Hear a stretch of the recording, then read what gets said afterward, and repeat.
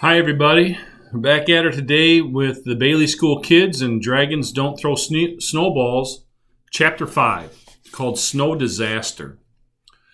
By lunchtime, the snow was falling so fast that the kids couldn't see out the windows. A vicious wind whipped around the building, swirling the snow into drifts so high a camel could be lost in them. "It's a blizzard," said Melody as they made their way back from the cafeteria after lunch with their class. The four friends were at the end of the line. They let the rest of the third graders get ahead of them so they could talk. Eddie nodded. "It's great," he said. "We won't have school for a week." Howie looked worried. "When will we work on our science experiments if they cancel school?" "They'll have to call off the science projects too," Eddie said. He looked like he was ready to cheer until he saw Howie's face. Howie loved science. Lisa patted Howie on the shoulder. "Don't worry about your project. I'm sure Mrs. Jeepers will give us extra time when we come back from the snow days. Besides, we have bigger things to worry about than science projects." "Like what?" Melody asked. "Dragons," said Lisa. Eddie jumped up in front of Lisa and thumped her on the forehead. "I just figured out what my science project will be. The study of brainless third graders named Lisa." Melody giggled and even Howie smiled at Eddie's joke. Lisa did not think it was funny at all. "I know that snow dragon moved," she argued. She had been trying to convince her friends of what she had seen all during lunch, but to no avail. "Swirling snow played tricks on your eyes," Melody said for the umpteenth time. As the kids walked to their classroom, "Believe me, that dragon is nothing but a frozen lump of water." Lisa wanted to argue, but Mrs. Jeepers was waiting for them to start the new social studies unit. The kids sat down and opened their books, but it was hard to concentrate. Because of the snow, they were sure they wouldn't have to worry about school for at least a week. Their teacher was in the middle of showing the third graders how to find latitude and longitude on a map, and the intercom snapped, popped, and then squealed to life. "May I have your attention, please?" Principal Davis's voice boomed. Mrs. Jeepers flashed her eyes at the students until they all sat still and listened. "The mayor has just made an emergency announcement," Principal Davis continued over the loudspeaker. "Because of the record snowfall, all Bailey City roads are closed. Buses are stranded.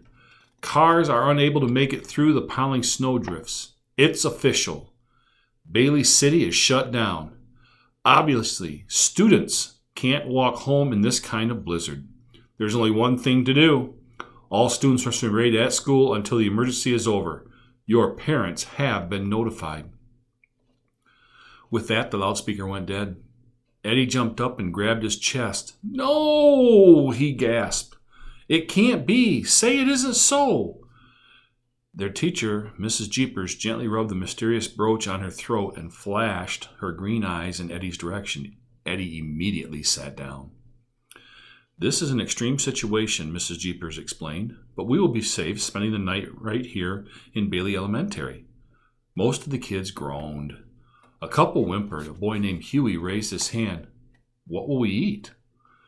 Mrs. Jeepers looked at her students. Her tongue flitted out like to lick her lips before she answered. "I am sure," she said finally, "that there will be plenty of peanut butter and jelly sandwiches." A girl named Carrie batted her eyelashes at Eddie. It was known fact that Carrie didn't just like Eddie. She liked Eddie. "We're stranded right here, together," she said. "Isn't it romantic?" Eddie looked like he might be sick at any minute. "Only if you think the end of the world is..." Eddie couldn't bring himself to say romantic. "That R word," he said instead. "It won't be so bad," Melody assured Eddie. "What's the worst thing that could happen?" Lisa said. "Maybe it will be fun," Howie said. "We can play games and tell ghost stories." Mrs. Jeepers cleared her throat to get the students' attention. "How wonderful," she said. "Now we have even more time to learn about longitude and latitude."